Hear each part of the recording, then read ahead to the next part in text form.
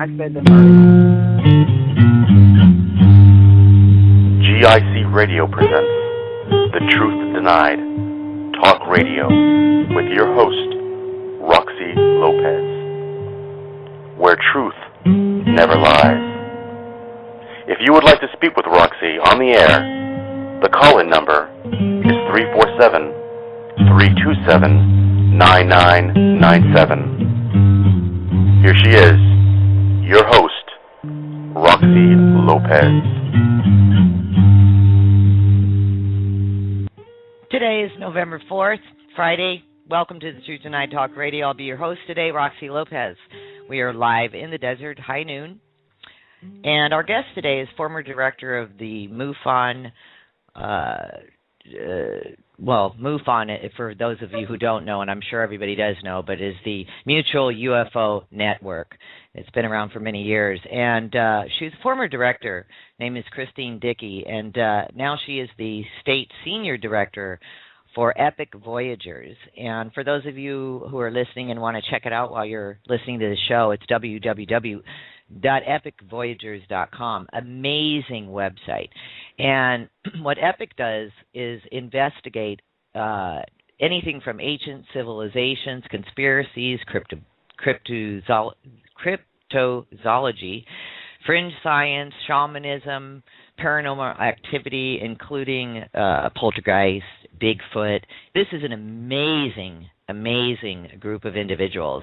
And I'm really excited to have Chrisine on the show today. She has a huge background in UFO investigations and now is obviously branching out into other areas, being the state senior director of E.P.I.C Voyagers. Now, just to let you know a little bit about E.P.I.C as well, they have a radio show on Inception Radio, and that's on Monday nights, and the hosts are Jim Mars, Chase Klotsky, and Ken Cherry. So you guys might want to tune into that as well. And I'm sure Chrisine will be happy to give us some more information about all of that. Without further ado, I welcome our guest, Chrisine Dickey. Hi, Chrisine. How are you? Hi, Roxy. Nice to be here. Oh, we love having you, and we really missed you last week, and quite a few people sent out some prayers for you. Thank you. I needed them. We thought you did. And so, you know, I guess where we want to just start out with here, you know, you and I have spoken quite a bit. I've always been impressed with your work and your dedication. So first and foremost, I just want to thank you for being an investigator and a volunteer, you know, for so many years, Chrisine. It's a lot of work. It is a lot of work. But it's a labor of love, too. So. It is a labor of love. And truth. Yes, that's right. You know. That's why. That's why, exactly. Now, when did you leave MUFON, and when did you join, or how did that come about? You know, you leaving MUFON and then going into E.P.I.C Voyagers. Well, as you know, in August of 2010, I received the MUFON Investigator of the Year award. Yes, you did. And you know, that's a big deal because there's a lot of investigators. I did manage to. You know, when you get low in number of investigators, the state director has to take on the bulk of the work. I mean, that just happens. And, you know, I never let a case slide by. I don't care how trivial it may seem. I always make contact with the witness, and we talk at least, you know, to determine the extent of the sighting or the phenomenon that happened. Yes. So anyway, we came around, when was it, November, December? I think it was in December, and I was having a lot of personal issues. I had some family problems back east, and as you know, my husband was recently diagnosed with Parkinson's, and I just kind of had to pull back for a little bit, and I got mad at one of my investigators and I said some not so nice things. And at that point, I realized I really had to pull back and let somebody else take over for a while. So I when I asked for my assistant director to take over I was going to take at least a month off. And lo and behold, before I knew it, they had the whole state reassigned from headquarters. The state of Arizona that you're talking about. State of Arizona. By the way, as far as being a director of MUFON, I was director only of Arizona, not the whole entire organization. Correct. Okay, so I don't want people to think that I'm trying to say I was director of MUFON, because it was actually just the state of Arizona. Thanks for clarifying that. Yeah. Yep, absolutely. And now, in regards to that, and again, for the listening audience, to get the Director of the Year, I believe that was the MUFON Symposium in Denver, where you were awarded that MUFON, the award for Investigator of the Year. Yeah. What does that mean to you? What does that mean? Well, I was taken completely by surprise. I didn't even know they were going to awards. And then I think Bob McDonald from Kentucky, I believe, got the first award, which was, honestly, I can't remember. But and then they started talking about the Investigator of the Year award, and I thought, I wonder who got that, because there's a lot of good investigators. Don't kid yourself. I mean, there's some investigators who have been in there for 40 years. The state director of Colorado at the time had been with MUFON since day one. Oh my goodness! Which, by the way, she was also fired from MUFON, basically let go, whatever. A lot of changes took place after that symposium. Marie Malzahn took over as director of investigations, which is a second in command, basically, and don't know what happened. A lot of miscommunication. Part of it, a lot of it was personality conflicts for one reason or another. A lot of politics, if you understand. And that's basically what happened. So, and that's so unfortunate, because when MUFON, they lost a lot of good people. Right. That's what I've seen. And myself. I mean, I could go on down the list, but they lost a lot of good people, dedicated people. And all I care about, the only thing I care about was getting out there and doing the work.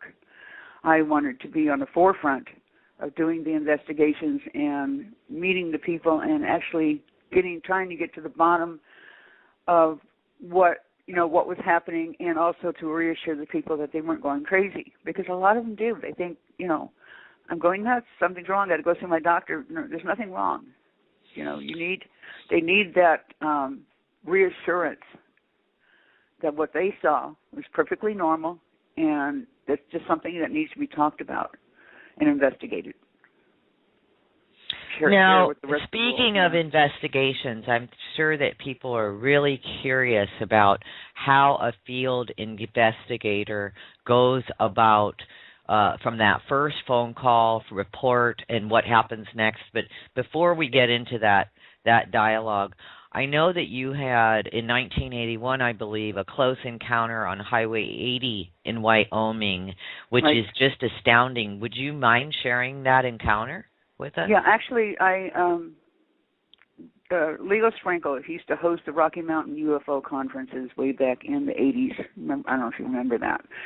I went to as many as I could. I met Pat McGuire up there, who was a Wyoming rancher, and was having UFO activity and cattle mutilations on his ranch. And he himself photographed some of the UFOs. He wouldn't share those photographs with the public, probably took them to his grave with him. But I believed him, only because the biggest reason I believed him is before I went up there, I had a dream about the whole episode, about going up there and seeing aliens, and I won't bore you with the dream, but basically I went up there and I stayed up there for a while. Pat and I both started working for Black Cat Fireworks, which is based out of Rawlins, Wyoming. We had been up towards Devil's Tower earlier that day, drove all day back down to Rollins, picked up another load, was on our way to Laramie. It was about 11 or 11:30 at night, pretty late. About 20 minutes or so outside of Rollins, headed east. There were 3 bright, big, bright objects lined up about 45 degrees, straight across from each other. I mean, straight in a straight line. And I said to Pat, Pat, I said, look at those stars. And I no sooner said that, and the center one headed straight for our windshield. And I screamed. I said, oh, my God, it's going to ram us, you know. I mean, I honestly, but the brain says it can't stop. It can't stop. It's going too fast. And as soon as I said that, the object stopped in midair, which just boggled my mind, you know. And then it slowly descended to the pavement. And by that time, we were pulled over already. But all the other cars and trucks on the highway had just stopped dead in their tracks. Really? On both sides of the highway. And I don't know why I'd never focused on to see if anybody else was watching. I was so focused on what was going on. So this object lands, and my son was 5 years old. He was sitting next to me by the door, and I was crawling over him. I wanted to get out and see what this was. I kid you not. I was going to stand out in front of my truck and make them come up to me. So Pat stopped me. He said, wait till you're invited. And I said, well, isn't this an invitation? You know, right. What is this? So as I looked to my left, to the north, the other UFO was going along, acting as a decoy. And one of the jets out of Warren Air Force Base was actually pursuing that. And as I'm watching this, it looked like the jet had stopped in midair, and I'm going, what the hell? Mm-hmm. And the other object, what had happened, the other object zoomed off so fast, it made the jet look like it was stopped. Oh, my goodness. It was after, until it's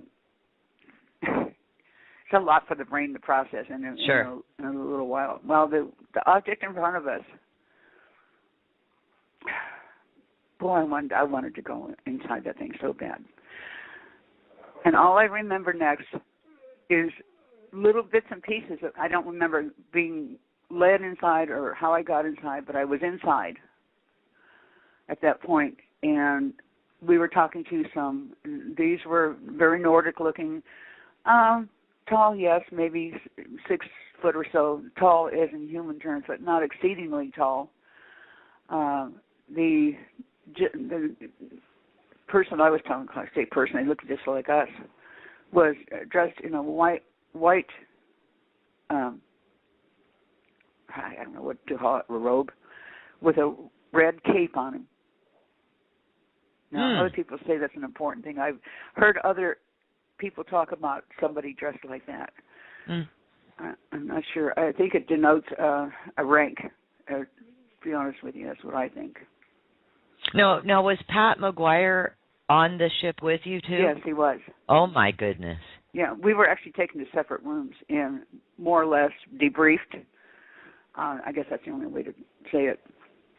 When they finished talking to me, they took me back into a room with him, and I remember the guy in the red cape looking at me very, very concerned. He was worried for me. And I looked back at him, knowing perfectly what I meant then. I said, don't worry, everything is going to be all right. In other words, they were waiting for me to make a decision. And what were they waiting for you to make a decision about? I don't know. You don't know? I don't remember all the details. It was so, whatever it was, the decision has already been made, I'm sure. It has been made. And I have an idea what that means. So what happens next? So you're having these glances back and forth. Sounds like you're having a telepathic conversation with the person. Oh, it was pretty verbal. Oh, so you were openly speaking. You were talking. Openly speaking. Oh, yeah, but I mean, I was just reacting to the expression on his face. Sure. But yeah, we were talking. Wow. So the next thing I know, we're back in the truck, and they're gone. I mean, the whole ship that was in front of us is just not there anymore. I'm going, what the hell? Where'd they go? Come back? Right. I wanted to go with them. Didn't want to stay here. It's like dying and then coming back and not wanting to come back.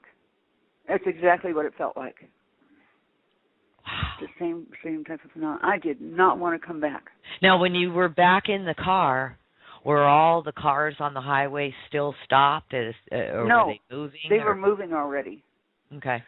And so, when you went on the ship, did your child go with you, or what happened? Really? Oh, yeah. Yeah. And he doesn't remember any of it, but he does remember, like, afterwards, he kept having dreams about it all the time. Mommy, they're here, you know. And it's not something we talked about afterwards. What was funny is we never talked about it to each other. Pat and I we knew what happened, but for some reason we didn't talk about it. And I honestly don't know why. It's like, yeah, you know what happened, so do I, you know, get on with it. Right. But there's something I'm missing here I wanted to tell you. Was that your first encounter? No. I actually had an encounter as a child. I was a teenager in Cleveland. You're asking me what year. It was after John Kennedy died. So we're talking about 1965 maybe. And it was in summertime because I remember it was warm. And my dad had sent me out to empty the trash. And I took the trash out the front door because the back door was broke or something. I don't remember. But as I came down off the steps and turned towards the backyard, there was a heavy mist, a heavy fog covering the whole area. Of course, we lived right by Lake Erie, so that's not unheard of. Usually it's colder weather that occurs in, but, you know, fog is fog. So anyway, I thought, well, this is weird, you know. So I walked towards the backyard, and what used to be the backyard wasn't the backyard anymore, and there was a UFO sitting on the ground back in there. And the door hatch or whatever was open, so I went inside, and there was nobody in there. So I'm looking around, look at all the gadgets and stuff, and weird looking, well, we would consider computers now and so on and so forth. And then I heard somebody coming, so I hid behind one of the consoles. And they knew I was there. And to make a long story short, a number of things happened, which later on in life proved to be true. For instance, I was taken to during that episode, I was taken to South America in the Amazon region. And there was, of course, the jungle, and then in this one big clearing, it was devoid of tropical growth, but it had a lot of green grass, high green grass, and there were horses grazing in there. And out of the trees came the zebra. And they got close to the horse, and they reared up, and they had claws. They had like 3 claws on each front hoof. And I don't know about the back ones. I didn't pay attention. But I was really upset and started crying, and one of the aliens or whatever you want to call him, he said, don't try to understand what you see, just accept it. And the next thing I'm back home in bed, and I'm going, wow, what a weird dream. Years later, when I met with Leo Sprinkle, Linda Moulton Howe, and some professors from the University of Denver in the School of Mines in Golden, Colorado, we were at a meeting place in Lakewood, Colorado. And the professor from the University of Denver got up. He had just come back from South America, where they had found the remains of his 3-toed zebra. Oh, my goodness. And he said the 3 toes were because they not only ate the grasses and the plants, but they dug up the roots and ate them too. Oh. And I'm going, and I just about fainted when I heard that. I said, oh, my God, it was true. You know? Now, I mean, that's on record. Linda Moulton Howe was, to my recollection, in the 80s anyway, that's when I started looking into what she was doing. She started investigating the cattle mutilations, correct? Yes, she did. Right. She still does that.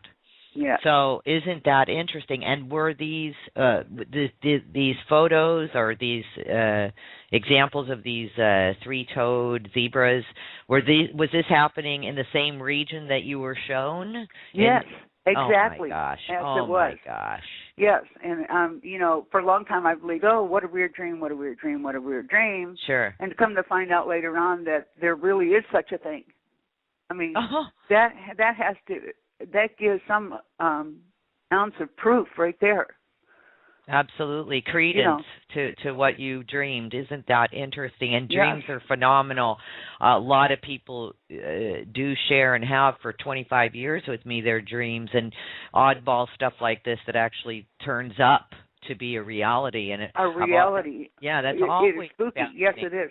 It's always only spooky in the sense that you don't understand it. Sure.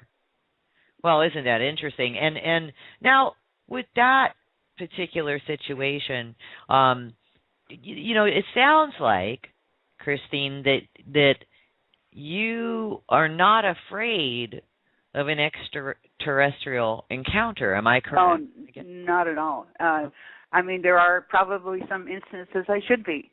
I've heard other people talk about experiences with the Greys and such. I have not had an experience with the Greys that I am aware of. Mm-hmm. So I can only speak to the experiences that I have had, right, which have all been information giving to me, information sharing. And why do you study teaching? Because that's what I hunger for. It depends on what you want. What is it that you ask for, and be careful what you ask for, because you will get it. So you want to be careful of that. If you do some serious praying, like I always pray for wisdom and knowledge, because I think that's important. You don't want to pray for just the experience itself, because it may not be a good one. It may not be the one you intended. So to be clear, you have to be careful. Right. And I appreciate that, and that's a very good suggestion for anyone who's wanting to have encounters. I'm very much like you. I wanted to have encounters from when I was a little girl, but not really knowing what was going on. Again, the question has to be asked: what do you want the experience for? Why do you want the experience, and what do you hope to gain from the experience? Right. I mean, that you have to take all of that into consideration. I'm going to be quite point blank here and tell you exactly what I hoped and what I prayed for to get out of it. First of all, wisdom and understanding. Number two, I have aligned myself. My husband's looking at me like, be careful what you say on the radio. I have aligned myself with a particular group, and I'm not going to name that. Are they off planet? Yes. No, okay. Not necessarily. No. Oh, okay. I have to state that again. No, they're not just off planet. They are here already. Have been for a while. Okay. Yeah. So you've aligned yourself, and what does that mean? That means to you, like I pledge allegiance to the United States of America. Type aligned. So you get my drift. I do. I think everybody would. Now, you also there's an interesting story an experience that you had in Catalina, Arizona, in 1996. Where they physically showed up in front of the Circle K? Oh yeah, they were there and in full view of everybody, and nobody even noticed how unusual these people were. It was so funny. You said there was a family of ETs. There were, and what was it was in front of Circle K. So anyway, my husband had the hood up. We had an old Toyota or something, and he had the hood up because we were having trouble with the radiator or something, and he couldn't get the cap off. It was hot, and it was summertime. You know how it is out here. And this tall, blonde man, not just tall, but he had white blonde hair. It was kind of longish, wasn't it? Kind of longish hair. And he came up to my husband so gently and tapped him on the shoulder and said, "May I help you, sir?" I mean, the way he approached my husband and the way he said it was so unlike how anybody else would have said it. Like, "Can I help you, sir?" Or, "Can I help you with your car? Can I take a look?" It was so polite and so compassionate and caring the way he said it. And those deep blue eyes, my God, I've never seen blue eyes like that. And then I looked over to his automobile where he finally ended up getting in. He had a wife in there with long white blonde hair and two children with long white blonde hair and piercing blue eyes, all of them. And I'm going, Paul got in the car. He looked at me and I looked at him, and we both said at the same time, they're angels. I mean, we both said that at the same time to each other. I mean, oh my God. It was incredible. It's the most awesome experience I have ever had outside of witnessing a UFO up close and personal. Right, right. I can imagine. You know, it's interesting that experience happened to you in Arizona because, you know, I'm not a reporter like you or a UFO investigator. I'm more on the fringe of that, you know, reading all of your work and always intrigued by investigators' work. But I do get reports, and I do get people asking me questions about certain sightings, and we even had a guest on the show who used to write for UFO Magazine and quite a few different tabloids. Oh, I know who you're talking about. And Dennis Whitney had a very similar experience to the one that you were describing, not only, I think it was 2 years ago. Same experience in Arizona, of all places. At a small... It's not near the Catalina Mountains, is it? I'll ask him, because I haven't been in touch with him in a couple of weeks. Tucson area? Yeah, I'll ask him about that. And I'll definitely get back to you, or maybe put the two of you in contact with one another. There's a lot of UFO activity on the east side, if I want to say east side or west side of Catalina Mountains. West side. Yeah, now, Chrisine, you know, another really interesting correlation that you have is while you were taking photos in Casa Grande, Arizona, you captured a UFO on film. I did. While photographing a lightning storm, which we have a lot of them out here in yes. Monsoon. And this was in 2009, and out of the window you managed to enlarge what you saw looked to be a face. Oh, definitely a face. And you say that face looked exactly like those that you met in 1981 in Wyoming. Is this? That is correct. Oh my gosh. Yes.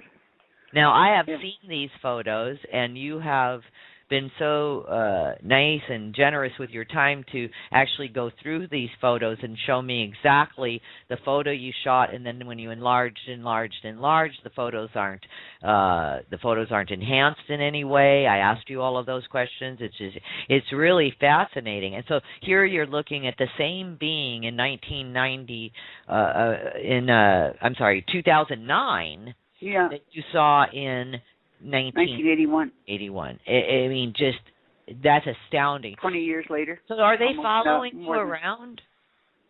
Am I following them around? I don't know. I don't know, because you're the one that has moved quite often, and they keep showing up. So they know where I am. Just having a relationship, and so they're around you wherever you go. No, that's a hard one to answer. Whether or not, how do they keep in touch with people? They know where we are, and I think it's people talk about the implants. I don't think I have an implant, but I firmly believe how they are able to track you. Quite simply, is through your brain waves. Everybody has distinct brain waves, as you have distinct fingerprints. Mm-hmm. And all they have to do is zero in on that brainwave or tune in on it. They are quite advanced. They can take a particular frequency, which, aka brainwave, and zero in on it. Okay, interesting. And find it anywhere. This is really fascinating. Now, so obviously your experiences brought you to a place, Chrisine, if you will, where you wanted to be a part of investigating other people's experiences, which is exactly what you have done and spent a lot of your life volunteering. And speaking of that, you sent me a case that I find absolutely fascinating, and I don't know if we can discuss it. You have his permission to discuss it. Okay. Great. Don't mention the organizational name. that's on it. But you Okay, can mention the I won't. the So person. I have. Here's what I've got. He's also a state director for Epic Voyagers now. Okay. So the gentleman's name is Joseph Atkins. He is the Correct. witness. And the report is from September 8th of 2009. Uh-huh. And the field investigators on it, can I mention them? Yes. Okay, so we have Chrisine Dickey and Paul Dickey, who were the field investigators. And what was Mr. Atkins' report? He did. You contacted him at. Well, actually, he made a report on Mutual UFO Network. Oh. Okay. Anyway, okay. And then you called him back one morning, and you have a very distinct report here. So why don't you fill us in as a listening audience? You know. It was considered, I believe, I would consider it a close encounter, most definitely. Okay. There was first let me tell you, Paul and I witnessed the event from the north in Casa Grande. We just came out of the movies over at Harkins Theater, and we were looking at the clouds to the east, right above Casa Grande, and they were undulating, rolling. The only way to describe what they look like teats on a cow that were going up and down. Okay. And they were rolling and boiling. Have you ever seen a cloud boil? I mean, it's epic. The only way to put it. No pun anyway, so that day, it was the day he had his experience at the same time down by Northwest Hospital off of Tangerine Road when you first enter into the Tucson, or actually Oro Valley there. And I have to refresh my memory. He was talking about a giant UFO about a mile across, going in and out of the clouds, causing each new cloud that it entered, it would begin to boil and churn. And he described it as emerald green in color. And it had around it what he described as a Tesla coil, which is, those lamps that you buy that you plug in and they touch and it, like lightning goes. He said they're all enclosed in what he described as a Tesla coil. And I'm going, gosh. In other words, I think it had to do with regenerating its own power. Maybe. Okay. I don't know. I'm just guessing here. But this happened for quite a while. I guess he watched this for a number of, 2 to 4 hours.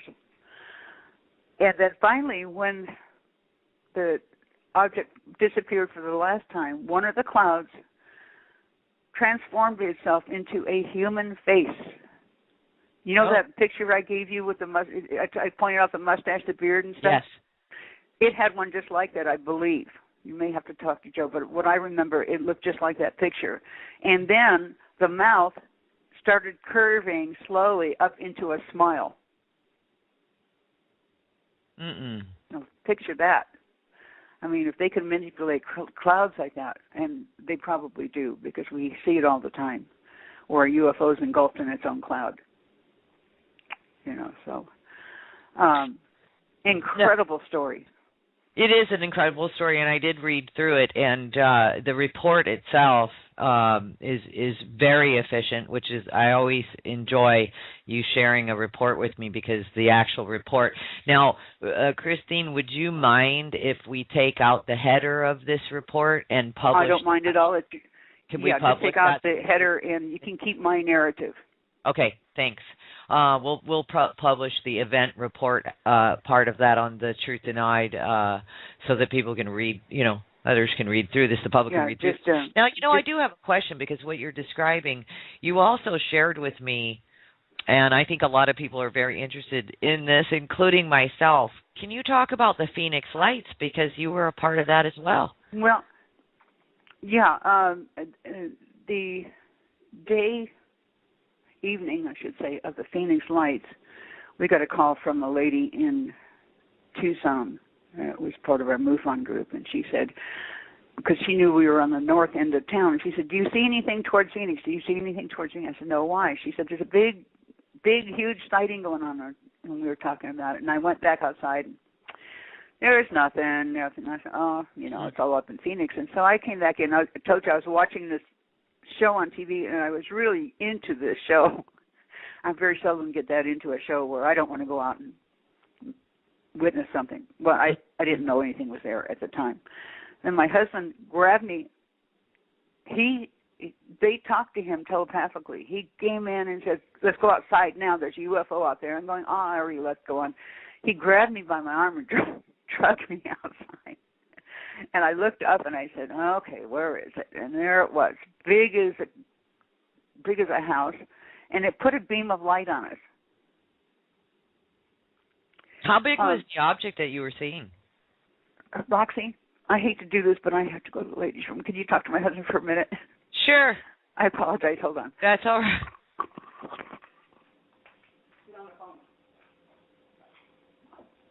Hello. Well, our guest had to go to the ladies' room. Now, keep in mind she had an injury last week, so she's doing the best she can to be on the show with us. Hi, Paul. Paul, Hi. How are you? Pretty good. Paul, can you continue where Chrisine was leaving off? Because I think you were part of that experience as well with the Phoenix Lights. Can you describe what you saw? Let me add something here. Sure. Sitting here listening to her report again, and everything she said is true, believe it or not. Mm-hmm. She has quite a story, and I appreciate it again. Every time you hear it. Yeah. Every time you hear it.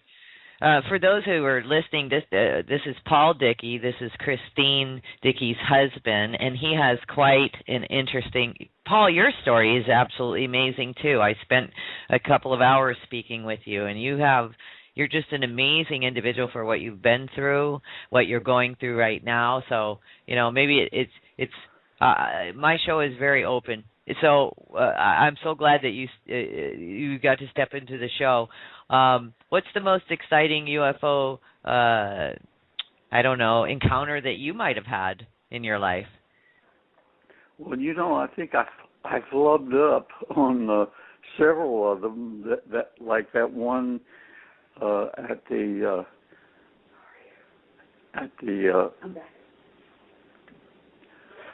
gas station. Yes. I think we could have gotten to know those. The individuals? Instead of leaving? I would have loved to, and I keep thinking back, you really flubbed the dub, Right, you did, and when you're looking back at something like that, an encounter like that, of course. And you've been doing this for, oh my gosh, how many years now, Paul? 50 years. 50 years. 50 years. And you have an amazing background as well. So, I really appreciated some of your stories, just fascinating stuff. At some time, we'll have to get you on the air and tell some of your stories as well. So, is Chrisine back? Yeah, here she is. She is. Thank you, Paul. I'm back. I'm so sorry. That's okay. So where we were, now we've got other photos. You've got a space rock asteroid photo. I saw that. It very, very interesting. That looks a lot like some of the space rock photos that we have on our website, as a matter of fact, that you took yourself, filmed in February 2009. And the body of rock that you've got in the photo shows at least 4 UFOs watching and following it very closely. Yes.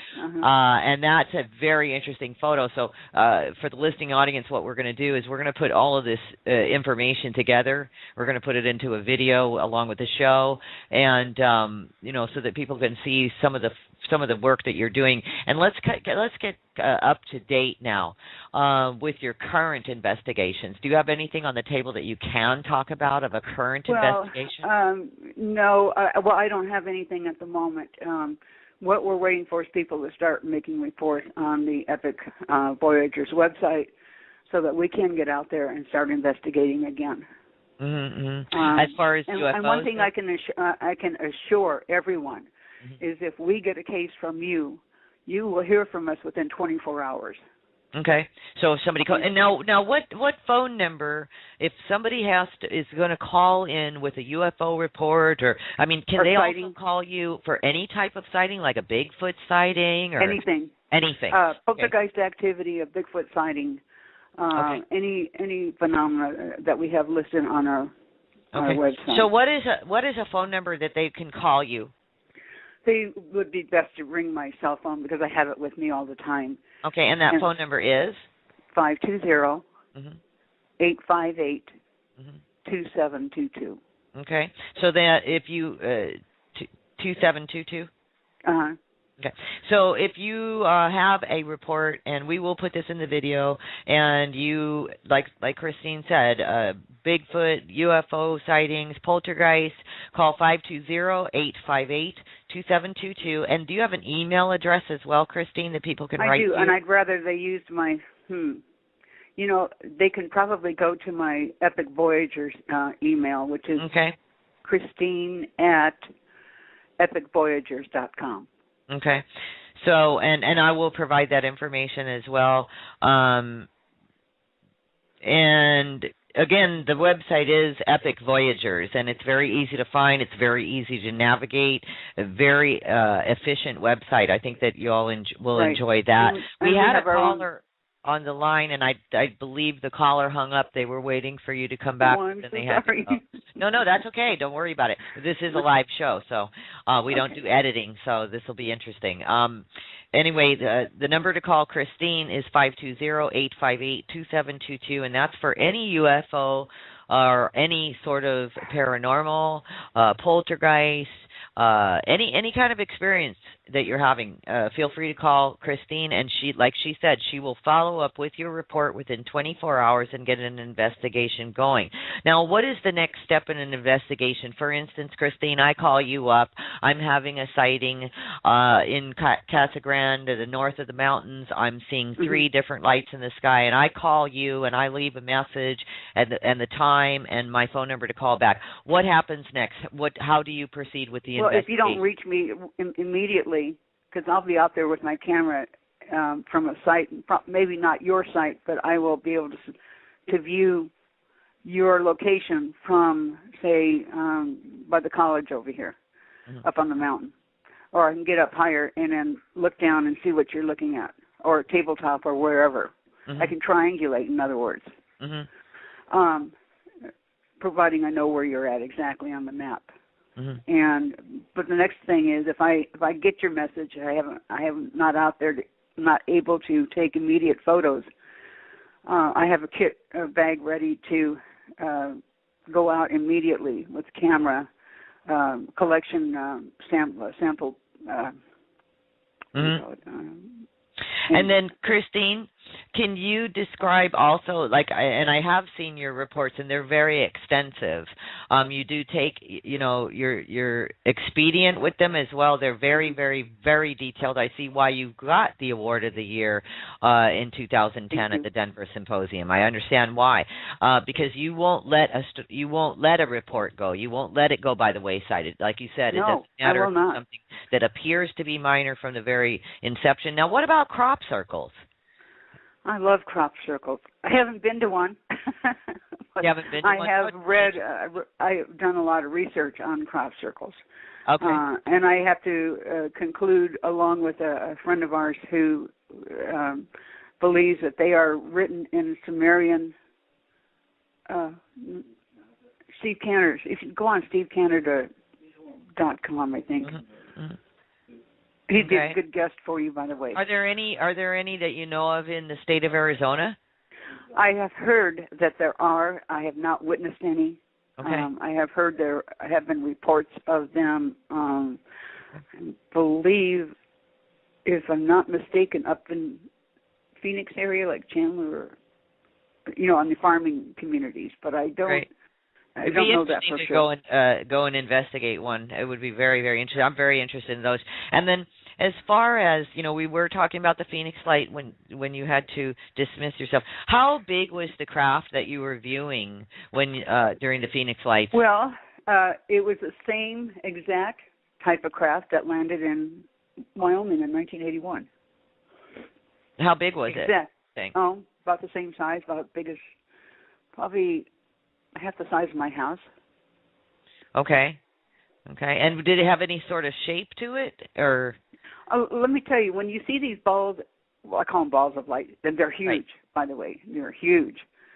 When I have a picture of one that I took that was hanging right over my house at 2:30 in the morning, I gave you that photo, yes. I believe. Very interesting. Now, I took the dog out 2:30 in the morning. I looked up. There's this thing hanging over my house. I point my finger at it. I said, wait a minute, don't go away. I grabbed my camera, went out there, and got a picture of it just before it blinked out. Yeah, as it was going into the infrared state, by the way. This thing looks, that picture, and when you explained to me about the infrared and how they move in and out of those different color frequencies. Yeah. Yes, that was a very interesting photo, and it's fairly defined once you have Christine's background knowledge of how this stuff works. So I find that to have I witnessed it first, and then have them wait till I get my camera. And then as soon as I take the picture, they say bye. Isn't that something? That's pretty neat, yeah. So will you say that your focus, mainly because you're so used to doing UFO investigations, will your focus remain priority in UFOs?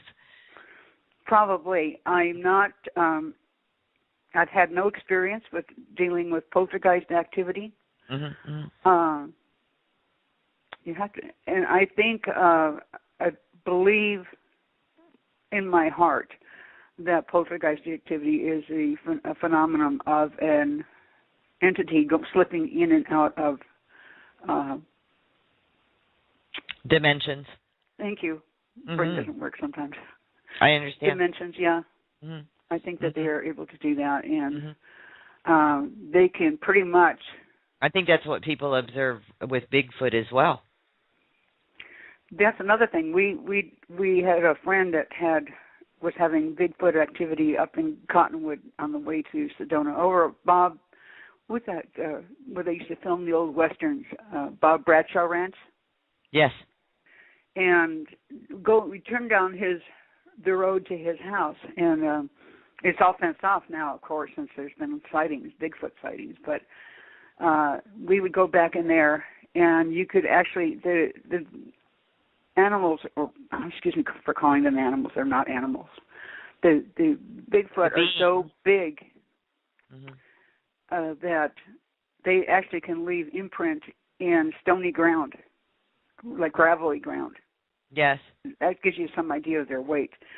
We came across some prints of a large male, what looked like a female, and two smaller prints, children.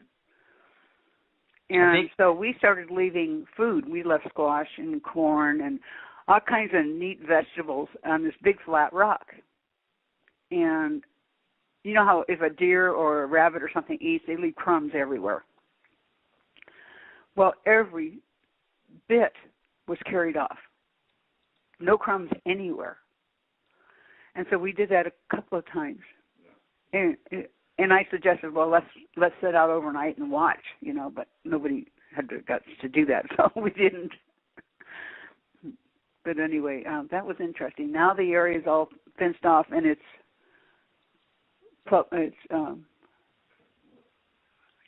just above Cottonwood there. But it's all fenced off, and there's no trespassing signs everywhere.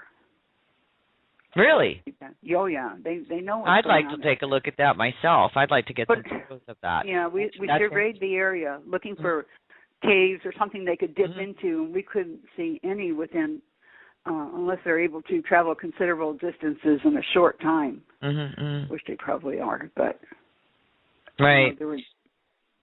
Well, it sounds like your new endeavor is going to be amazing. I'm definitely going to continue following you. I know that you had mentioned that if perhaps I could be a part of that, and I'm definitely interested in come aboard. Yeah, we'd be glad to have you. Being a part of Epic Voyager, I do like what you're putting together, and thank you for saying that. And again, for those of you who have sightings, and keep in mind, Chrisine Dickey is investigating all sightings of the paranormal, UFOs, any type of sighting or experience that you're having that's like outside the realm here, so to speak. Be sure to give her a call at 520-858-2722. And visit their website at www.epicvoyager.com. We will have the video out with all the information for the contact for Christine, her email address, etc. And how long have you been investigating? How long have you been investigating, Christine? Oh, ever since it happened to me in '81. So many moons. You can count the years from there. Okay. Yes, so you're talking about a couple who have expertise in this area and are still doing it, and are still, here she is again, state senior director for Epic Voyagers. There is a lot more to Chrisine Dickey than you can imagine, and I, for one, appreciate your work. And we're gonna wrap it up. We've got a few minutes left for the show, and I'm going to cover some other things before we close. So I'm going to let you go, Chrisine, and I want to thank you, Roxy, again. I appreciate it. Absolutely. You're very welcome. Thanks for taking the time to come on our show. Get well. I'm sure we'll be in contact again very soon. I'll get over the video to you so that you can put it on your website. And thank you. And thank Paula as well. All right, dear. Bye. All right. You take care. Bye. And that was Chrisine Dickey from now the Epic Voyagers. As you know, just so that those of you who have been listening to the show today, Chrisine Dickey has been doing this for most of her life. And Paul, her husband, my husband and I spend about 4 hours speaking to them about their stories. These are very incredible people. They look at you right in your eyes. They have done an enormous amount of service. Paul is almost 90 years old, all right? And I'd like for you, everyone that's listening to this show, to please send out a healing vibe. Paul has just recently been diagnosed with Parkinson's disease, and Christine also has some things going on. But if there's one thing I want you to know is this couple have spent their lives doing the most incredible investigations. And I'm going to put one of the investigations that Chrisine Dickey did on our website on The Truth Denied, so you can see the elaborateness of if that's even a word, of the reports. So she might have trouble remembering a name or a place or whatever, but I mean, again, part of that is, they've been doing it a long time. She has a lot of information in her head. Very credible individuals. We have a few more minutes. I want to say, first of all, Occupy Wall Street is really doing some amazing changes in our world. The global revolution is on. I want you to really think about this, people. If you have a bank account with one of the big five, and you know who they are, I'm not going to mention names. November 5th is our deadline, tomorrow, to change those accounts into credit union accounts. Take the money, move it out into credit unions. It's a lot safer for you. We have a lot of activity coming up in the world on the financial end of things. And so for your own good, please change those accounts out. I also want to let you know that I am so proud and so honored that Dr. Bernard Alvarez asked me to be on his show on Monday, and that's going to be 1 o'clock Eastern, and we're going to catch you up on our latest discoveries, chem-webs, and the chemtrail phenomenon. He will be interviewing me on the Just Bernard Show. Again, that's 1 o'clock Eastern time. That's Monday, this coming Monday. As well, I want to give a shout-out to a lot of people who have been really assisting us in the last couple of months. First and foremost is the GIC network. So I want to thank the GIC for all of your support, all your help with the Truth Denied. And with the Truth Denied website, I really want to give a shout out to quite a few people, our writers, for the breaking news pages, all of our writers who are too many to mention. I want to also thank those who help us to investigate cases, what types of planes are flying in the air, what is this stuff coming out of the air, and then, of course, our extensive research that we're now doing with ChemWeb material, which we will be following up with the public on as soon as we start getting results and compiling data. I want to thank Lisa Wilding for all of her efforts with making our chemtrail flyers and updating them and some of the logos, etc. I want to thank Howard Stein, Sakayo, James, John White with the Chemtrail Project for getting on board now with the databasing with the rainwater, soil, and ChemWeb samples. I want to thank the Carnicom Institute for getting involved as well. We are so pleased to be able to work with them. Caroline Carter in Cyprus jumped back on board to help us with the ChemWebs and some other aspects, little crystals that are falling from the sky that are not good, people. I want to thank them. Michael Murphy, I want to thank him for all his extensive work and all his biologists for helping us to define things. Mark McCandlish, you are an amazing man. Mark McCandlish has gotten involved with helping many of the people that email into us, photos of planes, etc. Jerry Neiman in McCook, Nebraska, for being on top of it with filming all of this stuff, even though he is very, very ill himself from TCE poisoning and God knows what. We really owe you all a huge, anyone that I've forgotten, I'm so sorry. Andy for being one of our writers, on and on. We want to thank you for making all of this work. Remember, we are a collective spirit, a collective oneness, and a collective truth. Again, let's thank Chrisine Dickey and Paul Dickey for their lifetime of volunteering for UFO and paranormal experience investigations. Again, I'll be on the show on Monday if you want to hear about the latest in chemtrails and chemwebs and what we are discovering now. Anything else?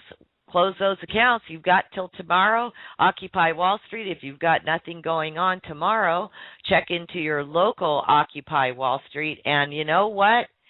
I am very interested in hearing about your experiences when you're at the Occupy Wall Street. And that is, I want to hear what is going on. I want you to email us and let us know. Again, we have one last thing. Apparently, Anonymous, the group Anonymous, is doing tomorrow a Facebook hack, along with major banks hacking. You could lose your Facebook tomorrow. We could all lose our Facebook tomorrow. So it has been announced to me to announce on the show to close your not close your Facebook, but download all your Facebook information. Go get your photos, download them. It takes a few hours. Start today. If we disappear off of Facebook, you know where to find us. The Truth Denied. We're everywhere, and of course, this is same thing with Dr. Bernard Alvarez and the GIC network. You can always find them at their website, along with many others. So, you know, that's it. And I want to say I'm sorry to the callers that were all on hold. We had a little bit of, well, you heard the show. So we had a little bit of confusion, and that's okay. Hopefully some of your questions were answered. If you have further questions, just go ahead and email us at info@thetruthDenied.com. We'll be happy to answer or forward all of your information to Chrisine Dickey, where she can take on your questions privately, one-on-one, and believe me, she will do so. Anything else? I think I'm done here, and we don't, all our callers are gone now, I imagine. I don't know, I'm asking my engineer, and I think we're just going to wrap this up for now. On the show a little bit early. You have a wonderful weekend. Close those accounts, people. You know what accounts I'm talking about. And we, the people, are sending a message. Bank of America, Chase Bank, and a couple of other real big banks, Wells Fargo, have backed off on charging us that $5 debit fee per month. They backed off because people showed up in droves and closed their accounts. Keep up the good work. Aloha. Love you. Namaste. This is the Truth Denied Talk Radio, and I'm your host, Roxy Lopez. Have a great weekend.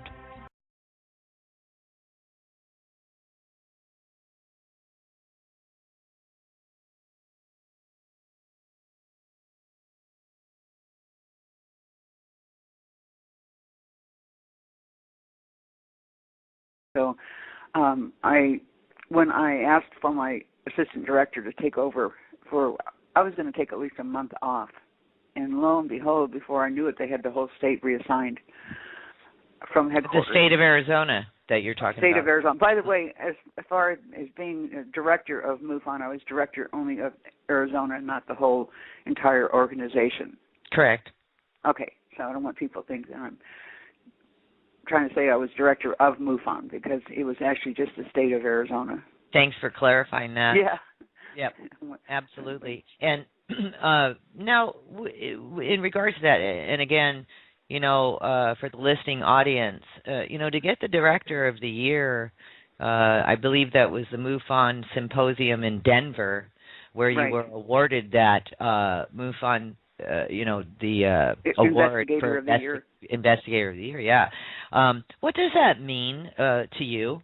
What does that mean? Well, I was taken completely by surprise. I didn't even know they were going to awards.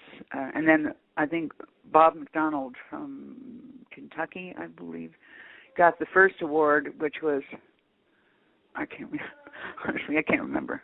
But, and then... Yes, you did. And that's a big deal, because there's a lot of investigators. I did manage to...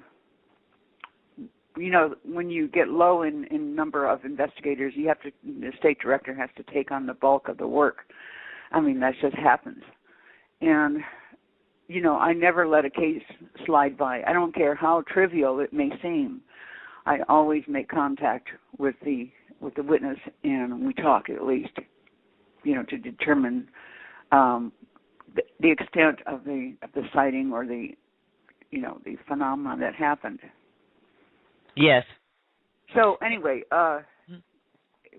we came around, when was it, November, December? I think it was in December, and I was having a lot of personal issues. I had some family problems back east, and as you know, my husband was recently diagnosed with Parkinson's, and I just kind of had to pull back for a little bit, and I got mad at one of my investigators, and I said some not so nice things. And at that point, I realized I really had to pull back and let somebody else take over for a while.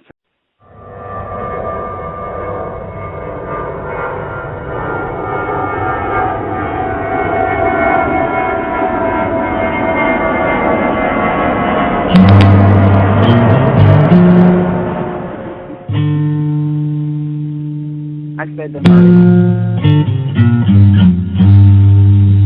E.P.I.C Radio presents The Truth Denied, Talk Radio, with your host, Roxy Lopez, where truth never lies. If you would like to speak with Roxy on the air, the call-in number is 347-327-9997. Here she is, your host, Roxy Lopez.